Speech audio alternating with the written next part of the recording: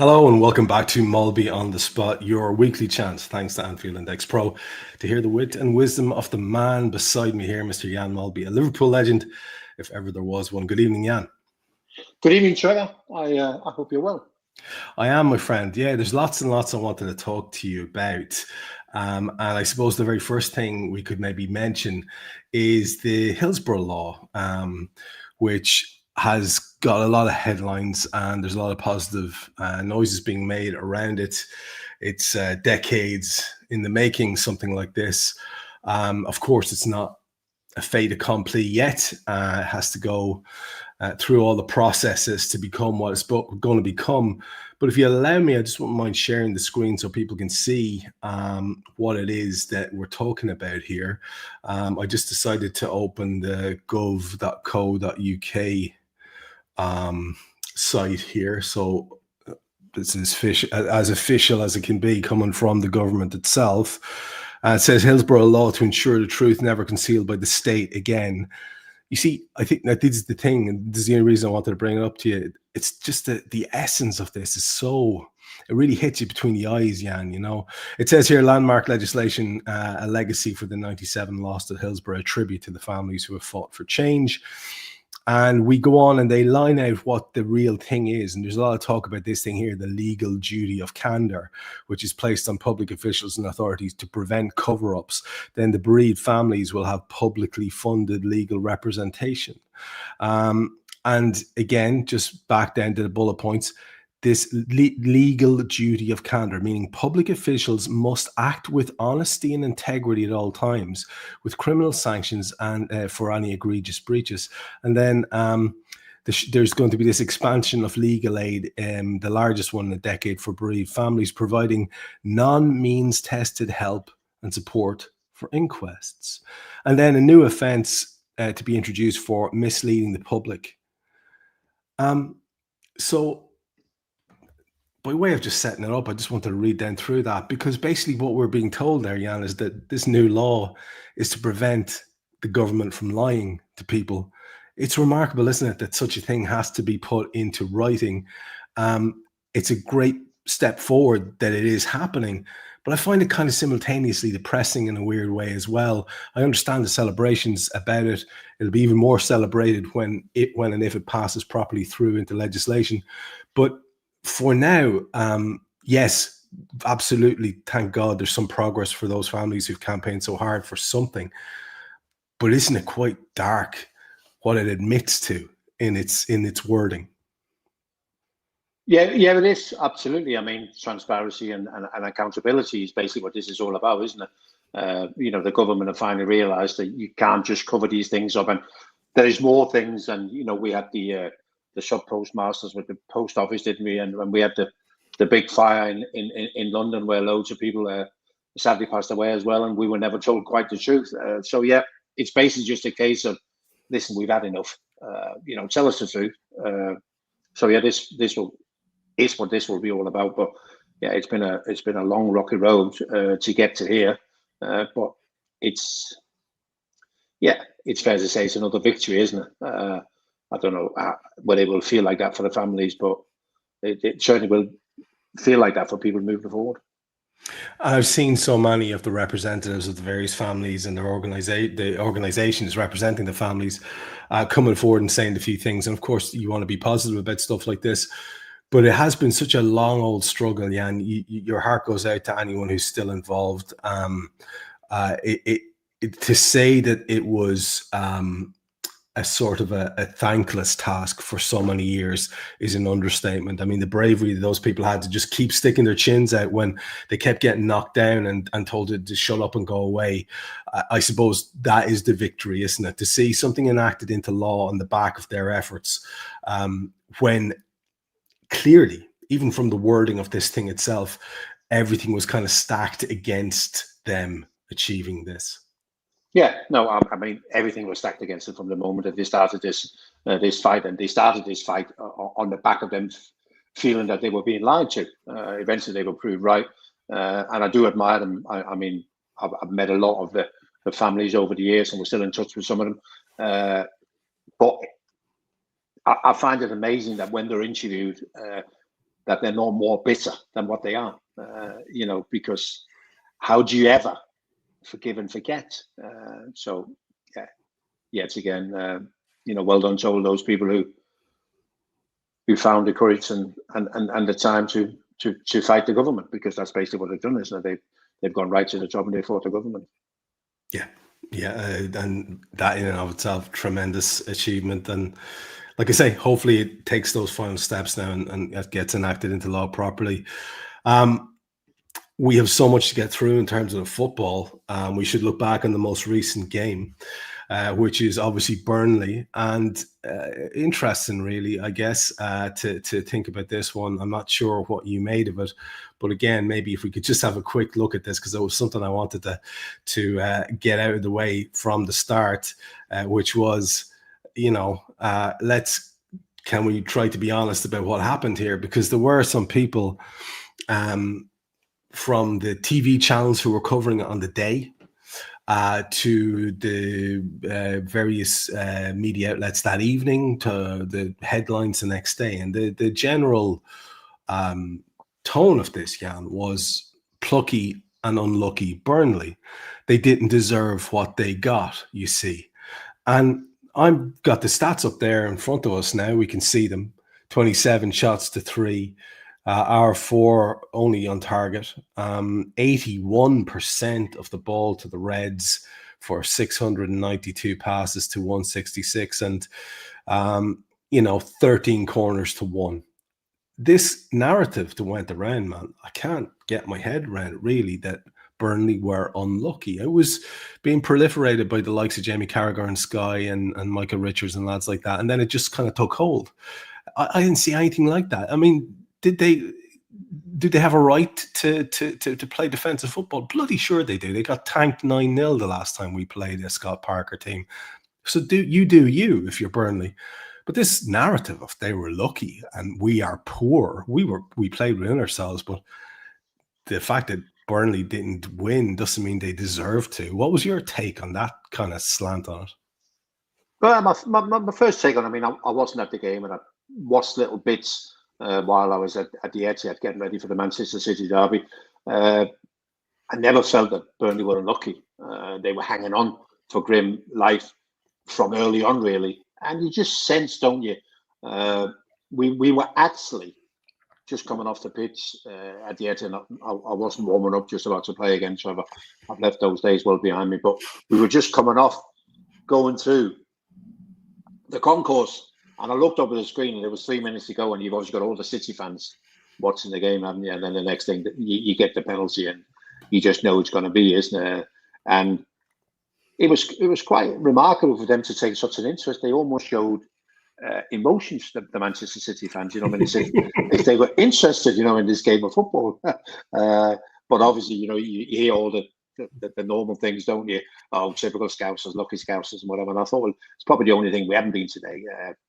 Listen, I fully understand if you're a fan of another club hoping to be part of the top 4 or the title chance or whatever, and you look at Liverpool and gone, Liverpool have, well, I fully understand if you would come to that conclusion being an Arsenal fan or a City fan.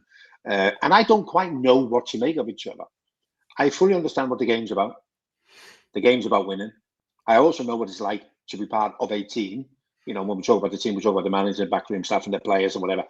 And all we are concerned about at the end is winning, isn't it? And supporters sometimes struggle with this view that, but more often than not, when we finish playing a game, that game is over. Fans sometimes can mope around for days and be disappointed and whatever. That's not the same for players. So by the time we'd left Burnley on Sunday, all the players are interested in is the fact that we played for them, we got 12 points, and now we're moving on to the next one. Atletico Madrid first and then Everton. That's all they'll be concerned about. How they played and how they won the game will not, Trevor, and I mean will not enter into their minds again.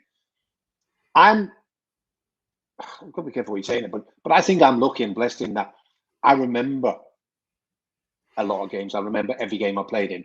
So I also remember the ones we stole. When you win late on whatever, but I can guarantee most of my teammates don't. You have no idea. So what I'm saying is that you don't see or feel the same as your own fans or the away teams you're playing against. You have a totally different conception of this. What's the problem here now? We went to Burnley, we won 1-0. 90, was it in the 95th minute? Okay, yeah, well, it still counts, doesn't it? We get the 3 points, and we now have 2 clean sheets as well, which I think is a real bonus. And so, but in terms of, yes, I can see we can play better, and yes, I can see that.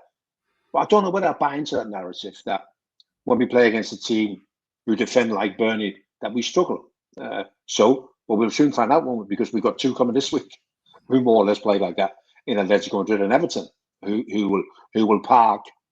Everton's bus will be as big as Burnley's the one they parked up. I'm not quite. I think it's an easy narrative, isn't it, to go, ooh, Liverpool struggle when they play against teams who sit deep. I don't know. There was a lot of shots. There was not a lot of shots on target, and there's still some of our attacking players who we know are better than what they're showing at the moment. You know, Atletico had his most difficult game because there's nowhere for him to go. Mo Salah still looks a little bit isolated. Florian Wirtz is still a bit, and Cody Gakpo, I think, in these games maybe looks a little bit like a one-trick pony, doesn't he? You know what I mean? Drops his shoulder and comes inside. So I fully trust Arne Slot and his ability to get the most out of this squad, and I also fully trust the players and their ability to make sure that that we improve. You know, I mean, I spoke to a lot of Liverpool fans before the season of a certain generation, and they were all praying for 87, 88 all over again. You know, loads of new players in, bang, you know, we're going to entertain everybody. It hasn't quite been like that yet, has it? But it has been a perfect start. Yeah, hasn't been quite like that is the way to look at it. Can't argue with those points in the board. The thing about it is, and I don't want to repeat material, last week we spoke a lot about the defence. We might focus on one chap today, just briefly, again. But it's more in the other areas of the field I'm kind of curious to talk to you about today, because again, it's kind of repeating a point, but it does feel, you can really feel the teething troubles. You can feel the to me, it's really obvious that it's a team trying to force a new way of playing onto itself. And so we don't have those patterns that we were used to from last season or from previous iterations of Liverpool. And specifically, I think it's obvious on that left-hand side where, like you say, you've got Cody who can do the cut in and the back post dink, or cut in and shot, or cut in and drift across the box and hope to cause chaos there. That's it. If Kirkes offers an overlap, he doesn't get picked out. If Florian Wirtz darts into a little corridor, he doesn't get picked out. So that's an issue. And then we didn't seem to have a whole lot of Mo Salah on the ball in the first half. That changed a bit in the second half. But I feel that, Jan, that it changed because we had two more traditional fullback type presences on the field in Robbo and Bradley in that second half. And there was a little bit more dynamism to the way that we played. Now, I don't think that we can say that that's down to Kirkes or necessarily the personnel, but more whatever it is that Arne is trying to do with this shape. And I just felt, again, especially in the first half, like the first half of the previous matches, we're looking at Florian Wirtz with maybe 2 people around him getting the ball. What's he going to do there that's different? How can he influence the ball on the half turn? How can he get forward? Because we have these banks of players ahead of us. It just doesn't seem like it has gelled yet, whatever it is. Is there anything that you can see that's clearly being attempted and maybe being thwarted? Do you have any ideas about that left-hand side and how we could possibly better utilize the players that we have available to us to get them involved more? I mean, obviously a lot of questioning one there, Trevor. You know, I think if we start off by dealing with the starting 11, we last week we spoke about Szoboszlai, and I felt he'd play midfield because I felt he would be a waste against Burnley, because how Burnley played surely is not a surprise to anyone.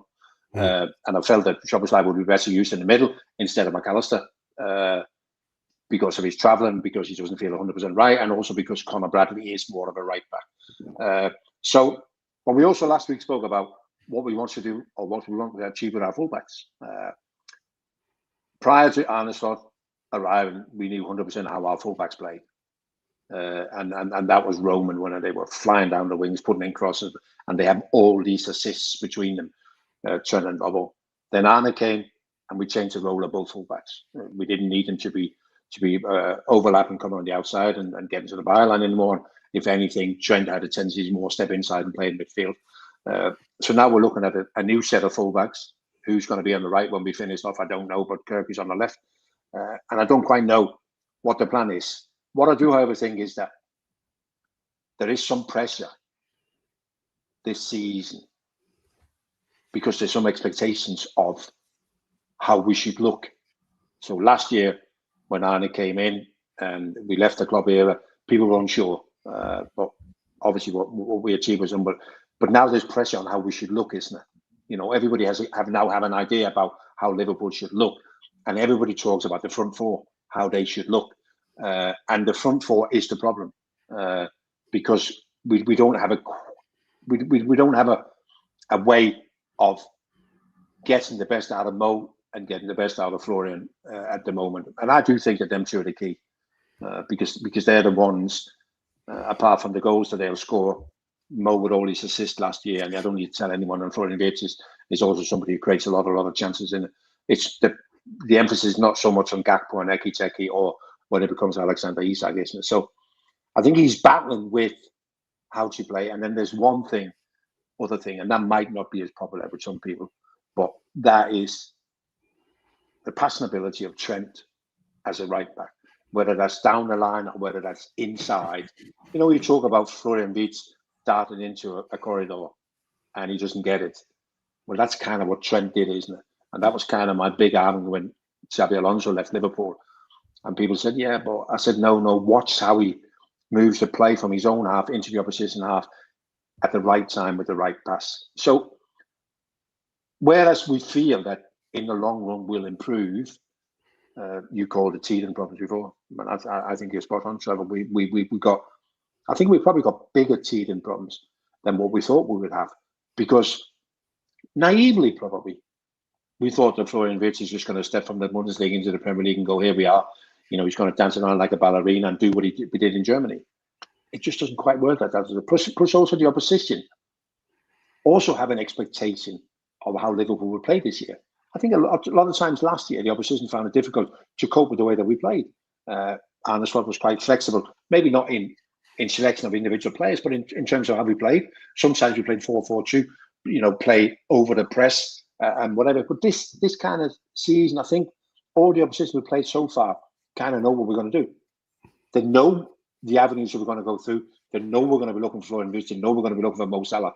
And because let's not forget Mo Salah, sort of new role that he had last year, where he defends less and becomes much more of a playmaker on the right. Also, the opposition now knows that, So there is a lot of things we need to work on. That ability to wanting to run forward, to run into the space. And again, I come back to Luis Diaz, and I wasn't always Luis Diaz's greatest fan, but in terms of energy and being explosive when you need it, also we need that type sometimes. But as I said before, I've got full confidence that we're going to solve this problem, Trevor. And while we're having teething problems, let's keep winning. Well, you literally can't beat that for sure. I'm struck by your 87-88 comparison there, and people talking to you about that, because there's a lot of chat about it, and it's an easy one to throw out, and you can understand why people do it. But if anything, that was kind of like, it was almost like Kenny replacing an entire unit. We had a man on the left, we had a man on the right, we had a man up top, and we had a man in behind him. Houghton one side, Barnes the other side. You've got Aldo up top, and you've got Beardsley floating around in behind doing bits. And it was almost like one chunk plug and play thing, and it worked, right? Whereas we're tinkering with different parts of the team here now as well. We have just as much churn. And when Isak comes, it's going to be, wow, look at all these new pieces we have to fit into the puzzle. But it's across a bigger area of the team, and it just feels it's more systems-based again, the game these days too. And it's going to be an interesting thing to see how they adapt to it. I wanted to talk to you a little bit about Kerkez. he's one of the most interesting ones. And then briefly on Wirtz. But in terms of Kirkes, we saw a moment there in the game at the weekend where he does something incredibly daft. I mean, it had me shouting at the TV because if I was in the ground, it would have been the same. You know, if you're going to, I'm actually a big fan of the dark arts, Jan. I know you're way too noble of a man, and you come from an era of football where fellas would get the clip around the ear for doing that type of thing. But I'm all for winning whatever sneaky way you can win, right? I've got a bit of South American in me or something, or maybe it's just the Irish. But I love it, right? But do it right. Like, sit up at night and watch a few Harry Kane hanging a leg videos and then do it. But that I just thought was an embarrassment. It was shocking.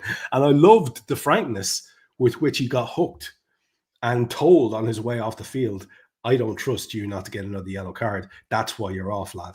I thought that was really good management. It's nice to see. So I was watching a little bit of the game at that time, isn't it? And you kind of, that's your first thought, isn't it? You know, what does Arne Slot do now? Because then he had the foul just inside his own half where he was sort of last man and everybody was shouting for the second yellow card, weren't they? Which, of course, he wasn't. And then you kind of think, well, the sensible thing now is to take him off in it, but it's a big call in it, Trevor. You know, to replace your left back inside 40 minutes, especially when he's a new signing, was a big call in it. But I also think that Arne Slot have obviously seen something in Kirkes. Don't forget, he also sees him every day. And he's seen something in him where I think we generally have, and I think for a long time, we've had an unbelievably trustworthy squad. We don't get involved in any unnecessarily shenanigans. You know, we don't get it. Hardly any stupid yellow cards, hardly any stupid red cards. We don't get involved. And I think Arne Slot would have looked at Kirkes and gone, okay, this boy has got a little bit of aggression in him that we need to control. And I think taking him off on Sunday has actually helped him. It's helped him to avoid a second yellow and getting sent off, but I also think it's helped him for the future, where you think, you know, we need to think about these situations. Let's not get ourselves into these awkward situations. The second 87-88 comparison I wanted to make briefly was Florian Wirtz / Peter Beardsley. And I don't know, I haven't heard anyone say this, but you and I have spoken about Beardsley before. And I know that when he arrived at the club, I know, like, you know, different people are big personalities. Peter wasn't that kind of a guy. I know yourself and Ian Rush made an effort with him and were kind of tighter with him maybe than others. But that was a tough period for him, wasn't it, when he arrived at the club first? It wasn't just that straight, instant fix where he was the big money signing and it was an immediate success. I think people have forgotten that it was a slow build for him. And that's why I'm kind of just, you know, you can see where I'm going with the Wirtz thing, because he's copping a lot of flack and I don't think it's necessarily fair. And all his stats are right up there in terms of forward passes and all these kind of things, but it's none of the good stuff that we really want to see, like assists and goals. So it is an interesting comparison to make, isn't it, between him and Beardsley back in '87? I remember as clear as the day, Trevor. Peter was the big signing, and Peter was the big. That's where the expectations were. You know, the other three, all right. John had been there for a while already, and Ray came a little bit later. But John was okay, but Peter Beardsley was the big signing. Also because Peter was brought in to replace Kenny. So Peter, that's where the expectations were. And Peter, and I hope he doesn't mind me telling this, but Peter tells about the first couple of months, Alan Hansen after games.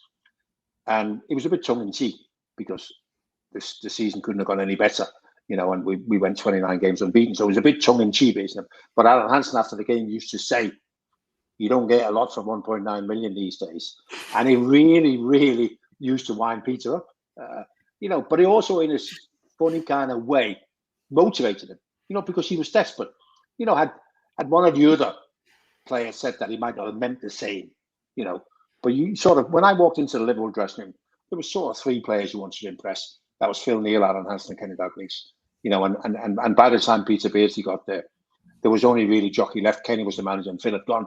So I'm thinking he's looking around the dressing room, and he's thinking, well, the one guy here to impress is Alan Hansen, isn't it? You know, and Alan, after every game for about 3 or 4 months, yeah, you don't get a lot for 1.9 million these days, and I could see Peter going, but he got it in the end, didn't he, Peter?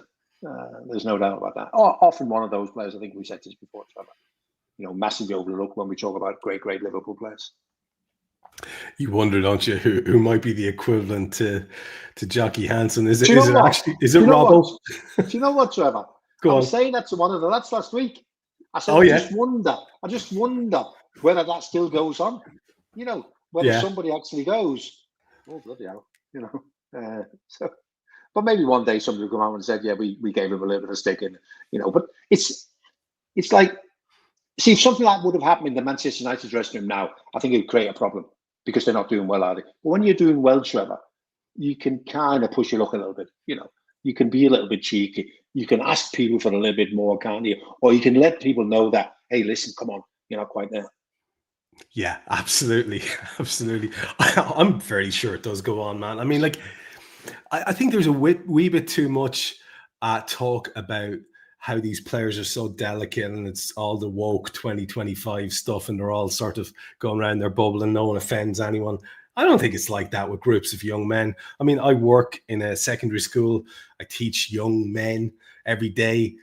They haven't changed. The same things keep getting said. There's the same kind of level of banter and ribbing, and between me and my pals, nothing has ever changed. The first thing we do is take the piss out of each other. So I'd be amazed if that doesn't happen. So I'm fascinated to know who might be the Jocky equivalent.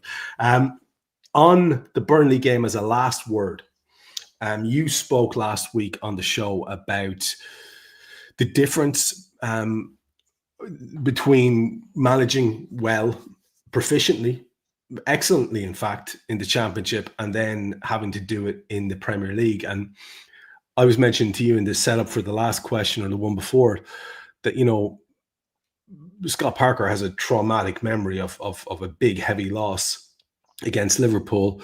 And so if he wants to set up defensively, go at it, have at it. Do you think they have enough, though, from what you saw? Because I thought, they're at home. Their home fans were cheering anything across the halfway line. Any ball over the top that was chased got massive cheers. The Sky commentators thought it was the best thing they'd ever seen.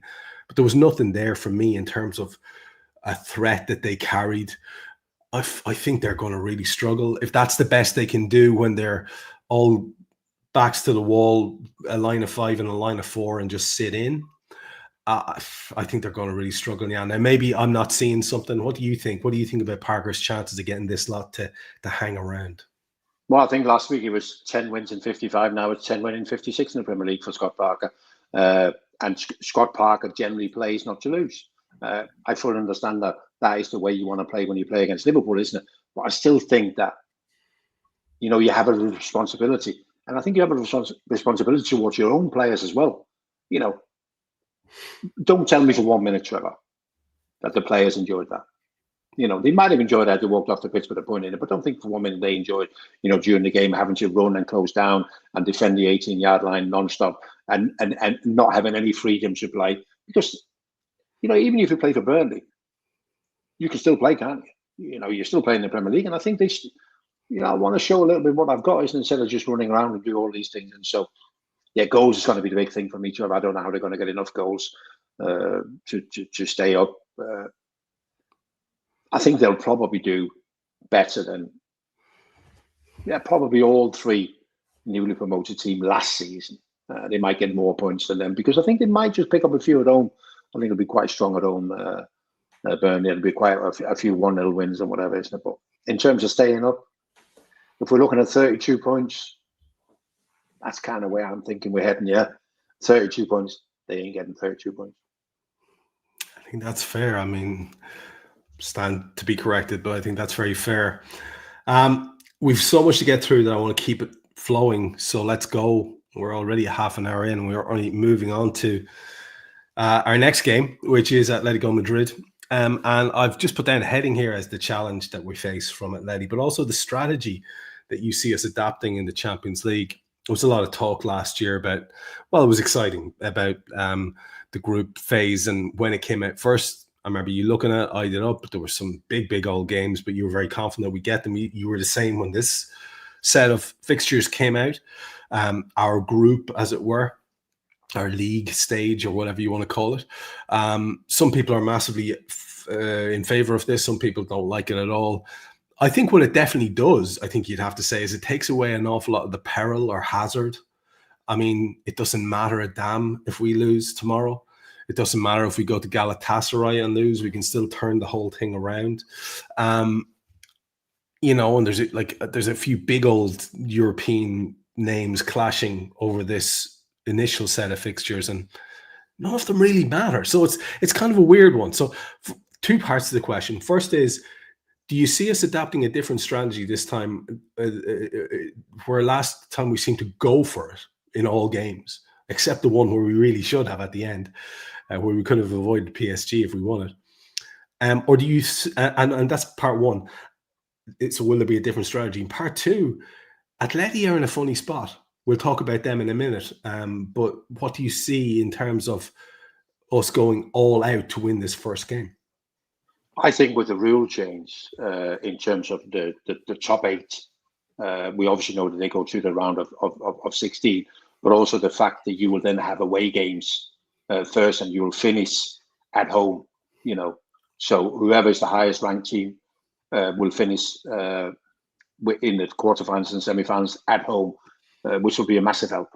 So I think it's so important. If you look at the stats from last year, Trevor, the way I remember it is that the top 8, all of them won at least 5 games. I think Liverpool were the only team to win 7, but also all of the top 8 lost a game, but there was not many draws. So I think it's very much the same again. We're flat out. And let's not forget that, last year there was some surprises in that, where PSG finished and where Manchester City finished and where Real Madrid finished or whatever. But in the end, 2nd, 3rd and 4th in the group stages were in the semi-final.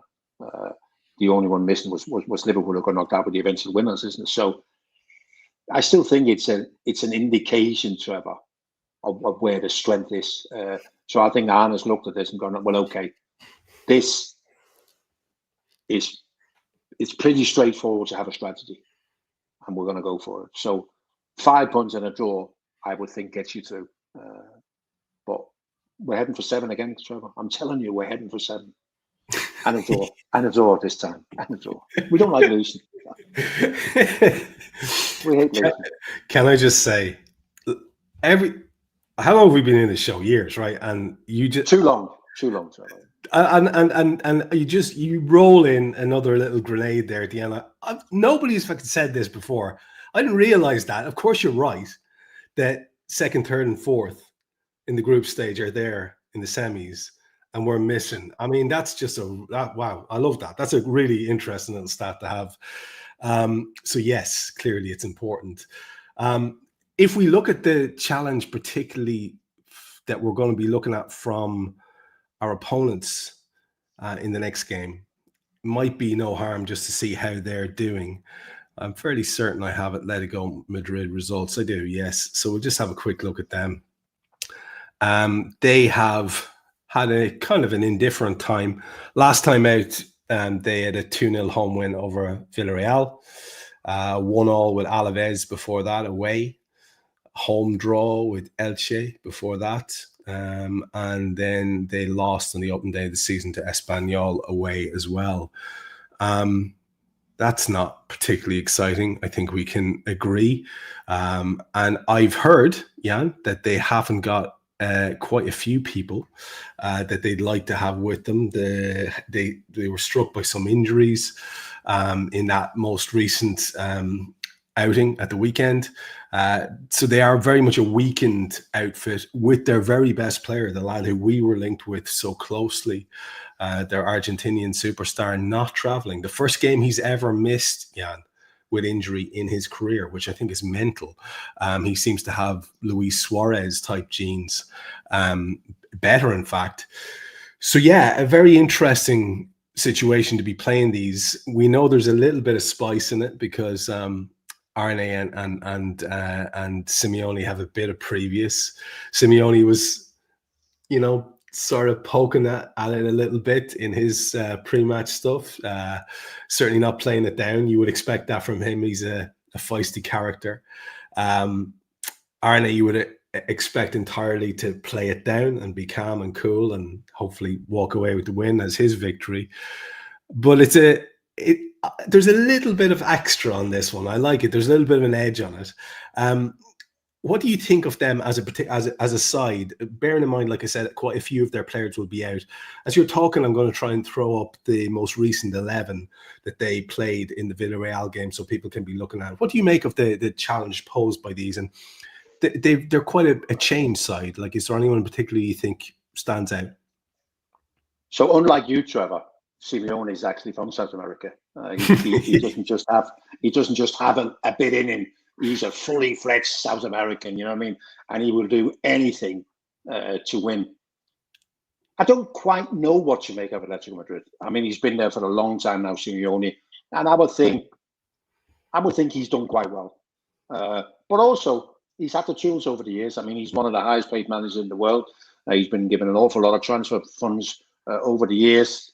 And the one thing, you might like this with you being semi-South American in it, but I've never been a big fan of the way that they play.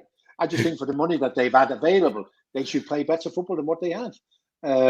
And now, I just wonder whether he's kind of been there long enough, you know, whether everybody's just getting a little bit tired with this always underdog.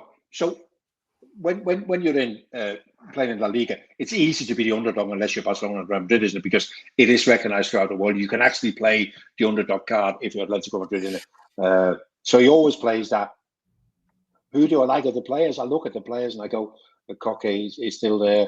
You mentioned Julian Alvarez will be injured, so Sherlock, the Norwegian, will probably come in. His own son plays wide on the right.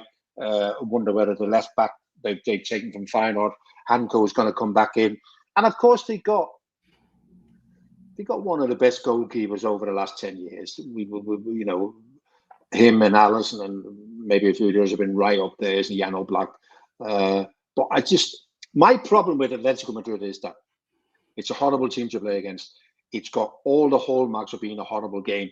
But the moment we score 1-0, their strategy is out the window. Because that's what they come for, innit?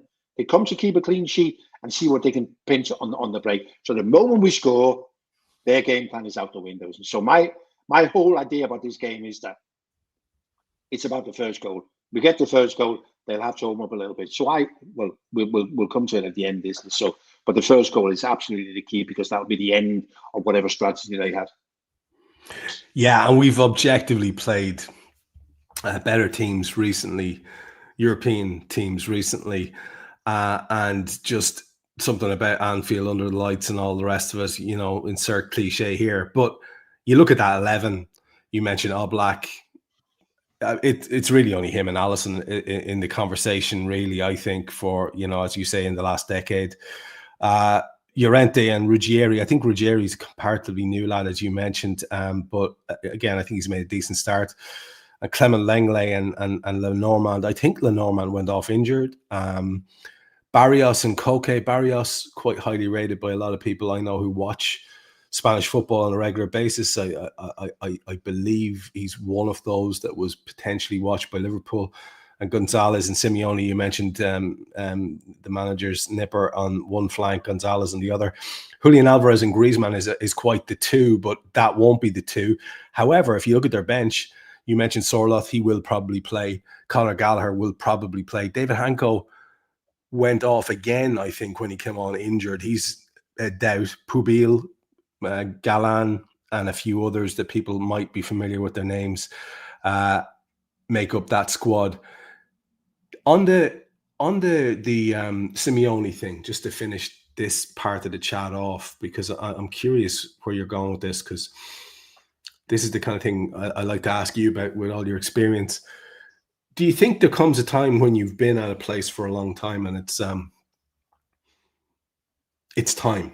Because sometimes I think people have completely got the wrong idea of their expectation levels and what it should be with Atletico Madrid. Look at Atletico Madrid's history. Look at how many titles they've actually won. Look at how many major trophies they've actually won. Now look at the period under this man. Look at 2 La Liga titles. Look at 2 Champions League titles. Look at a Europa or UEFA or whatever it was, a Spanish Cup as well. And the fact that they've been there or thereabouts quite a lot. But when they're not in it recently, and they haven't been for the last couple of seasons, they're right out. You know, they're a distant third or floating about in fourth. You can't keep that pressure up. It's kind of miraculous that he has done what he has done over the years. That title with Suarez leading the line, remarkable stuff. I mean, these are real achievements. But you know, we're now 4 or 5 years down the road from that, and you kind of, I'm genuinely asking: do you think there comes a time where you do have to walk away, or there is another challenge that you need to take on, or could he just be a one club man? Is that a possibility too? Well, that is very much a possibility, isn't it? He could be a one club man, and I'm not taking anything away from the achievements. The achievements over the years have been unbelievable. When he came in, and it was like a whole new club. One of the way that he managed to transform in terms of the way that, you know, he got the players to support what he wanted to do 100%. And I think the players and fans enjoyed that for a while. But I just think that we talk about people like Griezmann and whatever, you know, the transfer fees that he's demanded over the years. I think there should come more from players like that. And I think that's always a disappointment, isn't it? And I just think maybe just now, you know, you like that core, the core of Atletico Madrid for years. We knew what the core was, didn't we? We kind of knew this is the core, and these are the players that he can 100% trust, and these are players who will do anything like Simeone to win a game of football. And now I just look and I go, it's kind of not quite the same. He hasn't quite got the same big characters that he used to have. You know what I mean? And it's a bit more difficult, isn't it? And it just doesn't feel. It doesn't feel right. It doesn't look right. Atletico Madrid, for many years, were always a team you wanted to avoid in the Champions League. I mean, last game before the shutdown of COVID, when we got knocked out by them at Anfield, with them playing the way that they wanted to play, we had 30 odd shots on target, whatever it was, but we couldn't break through. And that was them at their best, but they're not capable of that anymore. They would not be able to withstand a barrage like that again on Wednesday. If we create the same amount of shots and crosses and efforts and whatever, they won't be able to handle that. They handled that last time they were at our places. And so, you know, coming back to that, let's get that first goal banged in, Trev, as quickly as we can, and then everything will be calm. But having said all of that, you still want to be careful. It's not a team that you want to play too open against. You know, you want to be in control, get yourself a goal and be in control, and then wait for that second goal to come. You could see, couldn't you, a degree of tension creeping around Anfield if that early goal didn't come, because there would be a pattern starting to emerge then. Now, we did get a couple of early goals in 2 of the games so far, but then we lost those advantages in those games as well. So I think a lot of people would be just really, really delighted to see a couple of going in maybe in the first half and us actually just seeing a game out. That would be just such a lovely thing. I think it would put a lot of people's minds at ease. But yeah, a different challenge, and we'll come back to how you see that one going. However, it's not the only game on our horizon. We have a big one at the weekend as well against Everton. And a lot of talk about Everton. You mentioned earlier on that they'll probably likely park the bus.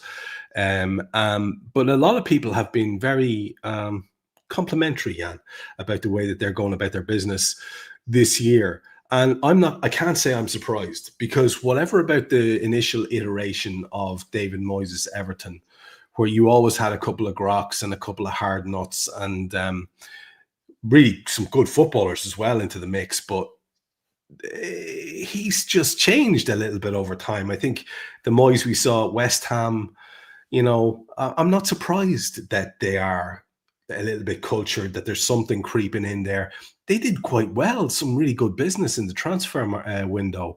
They've rejuvenated Grealish. They look like they might have something about them, Jan. I mean, what do you make of them so far? And as you're talking, I'll pop up their results on the screen for people to see. First, I can't believe that David Moyes doesn't have a statue at West Ham. You know, when you look at what happened to West Ham after he's left, and they wanted him out the door because they didn't like the football that they were playing. He won him a European trophy. He kept them in the top half in one season. And you look at them now and you think, wow, you have no idea how lucky you were to have David Moyes. And to be fair, and I'm a little bit biased, you know, because I get on really well with David and I like him. You know, I think there's no side to him. He tells you as it is, and I really like him. And the fit at Everton, it just fits, doesn't it? It's a bit like Chris Wilder. He's gone back to Sheffield United. Fits, doesn't it? Chris Wilder, of course, Wales should he manage. David Moyes, Wales should he manage. But Everton. So he's done well. At the start of the season, I predicted they would finish in the top half, which might be a little bit ambitious, but I thought he would do well. He always signs really, really well. It takes a while before he makes a decision on who he should bring in, but I think he always signs really well. Saw them first game of the season, Leeds away, they were terrible. And he thought, wow, where are they going? But they quickly turned that around. Had a good, well, it was always going to be special when it the first home game at the new stadium against Brighton. They managed to win that 2-0. And then the win at Wolves. And then maybe some people got a little bit carried away. But then they drew 0-0 with Aston Villa. But I think they've got... I look at Everton, and I've looked at Everton for the last... What are we looking at? Maybe 4 or 5 years, Trevor, where they've been in real trouble. They've had that financial difficulties. And I've looked at them, I've gone, what is the plan here? How is it that you want to play? You know, whether that was started when Koeman came in and then Ancelotti came in and all of a sudden Everton don't look like Everton. What Moyes has managed to do is get Everton back to being Everton. This is how we play. We all know how they play. Very, very well organised, defensively very strong, and a little bit of flair. Let's not forget either that when he had his really good Everton teams, he had some really, really good players in that team. And equally, he has some really good players in this team. But my biggest thing with David Moyes is David Moyes away at the big clubs is almost a disaster. You know, that's one thing that he just can't. He just can't get a hang of it. He can't get a hang of going to these big clubs and getting results. And I think that he must play on his own mind. You know, he must be sitting at home on Friday night and thinking, what do I have to do? You know, to go to Anfield, to go to Old Trafford, wherever, and get a result. He just finds it so difficult. So it'll be a monster game. It always is. It'll be a monster game because I've seen Everton come to Anfield so many times and not for 1 second believe that they could get anything. This will be different on Saturday. They'll absolutely believe because of their defensive stability and James Tarkowski had his best game of the season the weekend against Aston Villa and they're coming back into form. But they'll absolutely believe that somehow they might be able to get something. Yeah, and that's the thing, isn't it? We always say this about derby games or about United Liverpool games. It usually doesn't really matter. Form doesn't really matter. I know that's cliche, but there was a period of time where form maybe it did, maybe it didn't matter, but it was just we were just going to be too good. That should still absolutely be the case, but it is a kind of perfect storm in that we're still in this evolution stage. They've hit the ground running. They have a decent body of players in front of them, and just so people can see their results so far, pretty impressive. They did have a bad start, losing away to Leeds in the opening day. Then turned it around with a 2-0 win over Brighton that most people wouldn't have seen coming at Goodison. They had their EFL Cup win over Mansfield. They beat Wolves 3-2, which is a nice result. And then a 0-0 last time out against Aston Villa. A couple of people I know who saw that game were talking about it recently, and they reckon that neither team was too impressed. Certainly Villa looked a little bit lost for ideas and they seem to have fallen apart a little bit. So maybe not the most incredibly insightful game to look at from them. But in terms of the lineup for Everton in that most recent game, like you say, they have this sort of settled thing with O'Brien and Garner, either side of Tarkowski and Keane, Pickford in goal, obviously, Idrissa Gueye and Rabunam in midfield, and Ndiaye, Grealish, Dewsbury, Hall and Beto up top. And from their bench, they can call on Barry and Roll and Patterson, Dwight McNeil, Tyler Dibbling, which it was a great get. Seamus Coleman's on there, Carlos Alcaraz, Mark Travers as well. So some solid citizens for sure in that Everton team, Jan. As you look at that lineup there, it's going to be one of those things, the same kind of challenge as you said that we faced in the last game, that we're going to face in the next game, and we'll face it the weekend. It will be a matter of, okay, break us down if you can. And they do have that threat. Like when I think you said it as well, that initial Moyes Everton team, yeah, they had like big units like Fellaini and the likes of it, like, you know, sort of big muscular presences, but there were always tricky, skillful footballers who could do bits, and they've got a few in this team, Jan. Yeah, they have. Yeah, I mean, obviously the two that stands out is Ndiaye and Grealish on either flanks. And if you look at that team, James Garner playing left back, he's their best midfield player. He's their best centre midfield player, but he's having to play as a left back. Be interesting to see if anyone gets fit and he gets moved into the middle. But it will just be, I mean, you talk about the two centre halves, big, strong boys. The right back is a right unit as well, O'Brien, who's doing really well. So there'll also be a challenge at set pieces. The two fullbacks will just tuck in and they'll just defend for their lives. You know, and again, it'll be interesting. I think the game Wednesday will also be part of how you feel leading up to this game. You know, because I think if we can kind of get some fluidity into our game and dismantle Atletico Madrid, I think it'll give you a better feel for a similar challenge. Yeah. In terms of managing the lineup over the two games, this is kind of where I just wanted to go before, because I know this is where it gets tricky, and we always say on this show we can't second guess the manager, and it's a kind of a futile exercise. Kloppo used to make fools of anyone who ever tried to do it, so we learned very early in our podcast not to try to do it. But if you were sitting there with the gaffer's hat on, what are you thinking in terms of trying to manage resources? You know where I'm going with this in terms of the big one is, will we see some minutes for Isak? He seemed to hint at it there in his pre-match presser that he could play a half an hour, Arne said, but not back to back. So he's miles off the fitness yet. And that's what I think so many Reds weren't expecting. I think you and I were talking about how that would definitely be the case. So I'm wondering, do you see 15 in two games, or do you see like maybe give him that half hour, 20 minutes in this one, and then he steps out for the Everton or plays very little game role in the Everton game? What's your gut feel on the Isak contribution to this duo? Yeah, I think it's very difficult. I mean, I would have gone with Conor Bradley as a right back against Burnley. I would go with Conor Bradley as a right back against Atletico Madrid and move Szoboszlai back into the midfield. I'm not quite 100% sure where McAllister is up to at the moment, but the Isak one is a difficult one. Obviously, he'll be on the bench, and then you'll go, so when is he needed, or when does he need? You know, do we need him, or does he need minutes? You know, so obviously that depends on the scoreline and depends on the game, the way that the game's going. But I think he would come on at 0-0. I don't know whether he'd come on at 1-0, but I think he'd come on at 2-0. You know what I'm saying? It's like if we're 0-0, we're desperate for the goal, we'll put him on to see if he can change something. If we're winning 1-0, he might choose not to use him because the whole mood of the game might change. And if we're winning 2-0, you think, well, we more or less got this in the back, so we can give him 20 minutes or half an hour. And I think it'll be a similar thing for the Everton game. When we spoke about it last week and we were talking about the Palace game being an important game for Isak. Not that he's going to play 90 minutes against Palace, but of course I forgot about the Southampton Carabao Cup game where there'll be some vital minutes, I think. But then it depends on if we need him for 30 minutes against Atletico Madrid, and then we're going to need him against Everton again. But then the manager said he can't play 30 minutes back to back. I mean, I can play 30 minutes back to back now, so I don't know why Isak can't. You know, and I don't know whether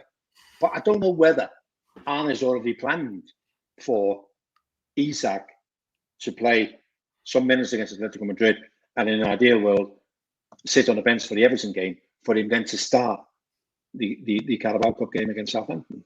It is a little bit tricky, but I always feel that his first big start will probably be Chelsea away. Yeah, and you've been very consistent on that. You've touched on the right back issue. That's that out of the way like that. I would say the midfield will probably be last year's midfield. But this again is presupposing that Mac is okay, and we saw him again got just the most awful. Like that looked like a leg breaker. It really looked like the most obnoxious tackle that he endured. But the guy seems to be, pretty sturdy man. But he's definitely suffering, isn't he, Jan? He's not himself.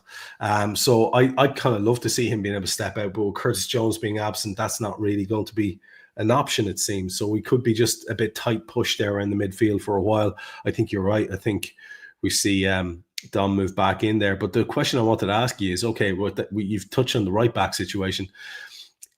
Did Robbo put his hand up and say, hey, give me the spot back, do you think? He could say that he made that argument. I thought he spoke really well about his young rival for the spot, but he also made sure to say, hey, I want to play, My only thing with Robbo is I don't know whether he could play both. I don't know whether he could play both Atletico Madrid and Everton. I think if the manager felt that, I think he might have got the shout on Wednesday. But I think the manager might be a little bit unsure about whether he could actually play. Because ideally, you want to play fullbacks that can play the whole game. You don't want to put fullbacks on and go, well, he can only play an hour.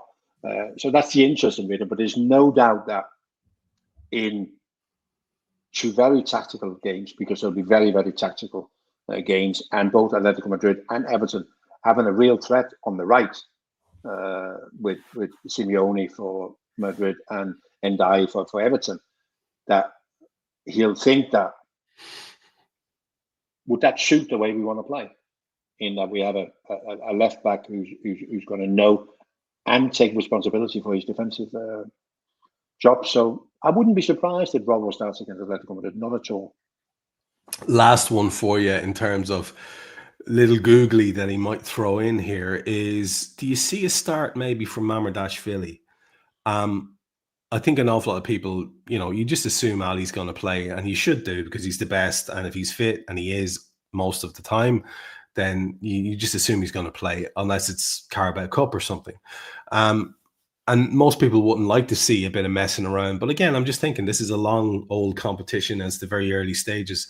Could you see a start from Mamardashvili, or is that just maybe messing with a man's rhythm who doesn't need it messed with? Yeah, I think so. I think Mamardashvili will play the Carabao Cup against Southampton. I don't think he'll be involved in these two. I mean, these two, Trevor, as much as we had a great start in the league and whatever, these two are monster games, aren't they? Get off to a good start in the Premier League and continue the good work in a good start in the Champions League and continue the good work in the Premier League. And also, let's not forget, I mean, the league game it's Everton, isn't it? So, so no, Mamardashvili plays next week, Tuesday, I believe it is a Tuesday against Southampton. Before we get to your predictions, really quick, I wanted to get your take on what's going on in terms of the sort of merchandise side of things at the moment, because I know you might have an opinion on this. If we just have a look at what's on the official club site at the moment, it's pretty beautiful stuff, Jan. An awful lot of people very impressed with all this green stuff, and it must be a throwback for you to that Adidas green stuff that you were kind of. I actually associate you. You're one of the players I associate with that green Adidas era jersey. Do players give a crap about this kind of thing? Because we see the publicity shots and all that, and they have to talk as if. Do you think they care? They are a slightly different generation to you lot, Jan. I mean, I actually think they probably really like the fact that the kid is cool.